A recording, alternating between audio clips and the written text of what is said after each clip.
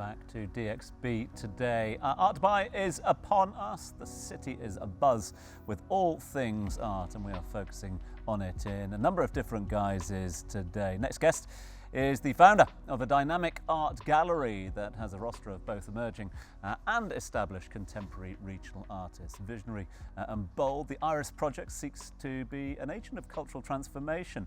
And with us now is the lady behind it all, Mariam Al-Falassi. Thanks so much indeed for being with us. Thank you for inviting me here. Great to have you with us. Excited about Art Dubai? Yeah, very much.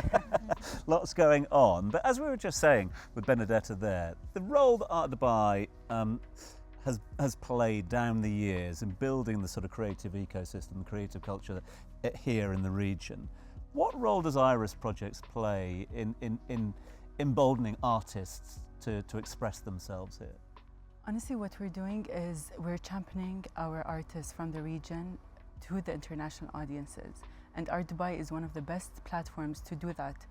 You know, growing up here in Dubai, Art Dubai was the only way to see contemporary art. There's no museums, there's no foundations back then. So it was a window to the world, but also the world's window into what's happening here locally. Amazing. And I have a question about that. How have you seen the kind of scene change for Emirati artists and galleries? What are the main differences that you notice? So if you had to take the pulse 10 years ago and today, what are the key differences? Honestly, there's so much more artists. There's a lot of more opportunities, foundations coming in, and also let's not forget museums. And this is one of the reasons why I decided to open Iris Projects, the first gallery to open in Miza, Abu Dhabi, neighboring these institutions, and also giving a space for voices to, for other artists to voice their talent. Speaking of voicing your talent, I really want to know, alternative art spaces such as the Iris Project, would you say it is giving room for more experimental, critical, diverse, I guess, what can you say, narratives when it comes to the art scene? Definitely, being a young gallerist, you know, we can experiment with different programs. And not only that, but we work side by side with our artists. We grow together and we try to do off-site exhibitions. We also help the artists get into larger scale productions to suit the public program for art. Mariam, one thing that we touched on a bit earlier was, you know, the true, I guess you can call it the nucleus of the community, truly coming together at Art Dubai. And it goes so far beyond, you know. Now, the younger generation is another thing that we spoke about, and how these young artists and, you know, people who are aspiring to be showcasing at spaces like Art Dubai are really just coming through and showcasing who they are to the world. Talk to me about that. When we talk about accessibility, when we talk about inclusivity in art, in particular with what you do at Iris, what has been your approach to this? Honestly, the first step is to educate the people about art history. This is how people tend to understand and also value art.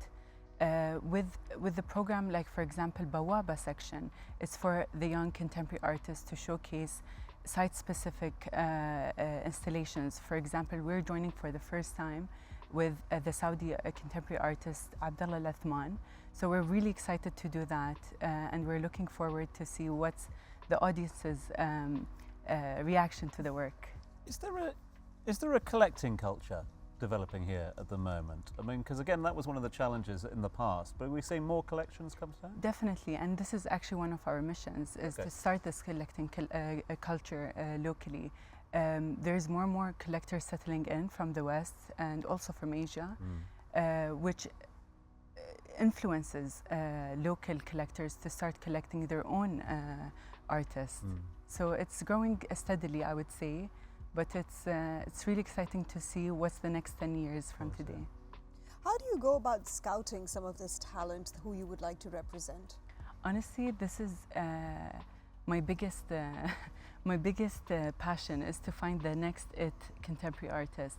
And it starts with universities. Today we have so many art schools locally here, but as well we see, for example, Art Dubai having this Bawaba section, and they choose one of the best artists every year, and this is how we do it.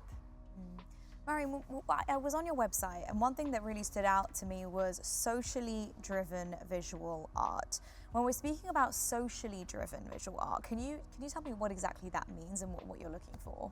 What we're doing is our main focus is the social aspect of art, getting the community together around art. For me, it has to be intimate. It has to create this relation. We're going side by side with the artist, and everyone moving to Dubai nowadays wants to know more about the art and the culture. And this is the perfect example to do that. Yeah. And kind of related to the idea of socially driven, I have a question about impact, because I think that's something that we think a lot about, and I'm sure you do too. So how would you measure this impact? And again, if you're projecting forward, what would you say success would look like for your enterprise? Honestly, to have more patrons for the artists, to support them. Today we have, for example, the Ministry of Culture doing a lot for these artists. We have foundations like Sarkal that is doing Salama bint Hamdan Foundation. So what I'm foreseeing in the future is to have a more stable and stronger art market here, and having these artists going into international museums, international institutions. What's the biggest challenge at the moment in terms of all the goals that you guys are setting yourselves? And it's interesting, you know, your big focus on underrepresentation when it comes to artists, again, giving the underrepresented cities and artists that platform as well. What would you say is the biggest challenge at the moment facing the art scene here in the region? Honestly, I don't see any challenge nowadays. Just opportunity at the moment, yeah? It is opportunity, and everyone is looking at us today, and we're very thankful for Art Dubai to do that for us. Yeah. You know, I've been to some art exhibitions in the past, and I look at certain pieces, and I'm not going to pretend I understand it entirely. How do you sort of differentiate real artists from the charlatans? Honestly, for me, my only advice would be follow the gallerist or the gallery that showcases the artist you like, and automatically they would give you the program, you would follow it, and then you will get to know more artists that you like. I always feel a little bit guilty, Benedetta, bringing in the money word, talking about money. But then, again, I'm sort of looking at the economy here at the moment. You know, it's well documented the economy is in a good place. We're seeing a lot more high net worth individuals come to town, a lot more family offices come to town as well. Is that good for a fledgling art scene as well, when you're getting more potential buyers coming into a city? It definitely is, and I'm going to also answer your previous question about the challenges at the same time. I think, you know, when there is this moment of critical mass, which evidently there is for our scene and for the wider region, and this influx of interest and of investment, I think what is really important is to retain a sense of one's own identity.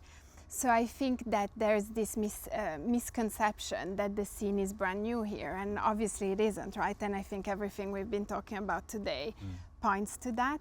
And so when the spotlights come on and everyone is looking at you for reasons financial, economical, and cultural, I think what I hope for our scene is that we're able to present ourselves with our identity that is diverse and multicultural and very much global, but is here and exists. And in many ways, when you're almost there, it might feel attractive to kind of look to the West.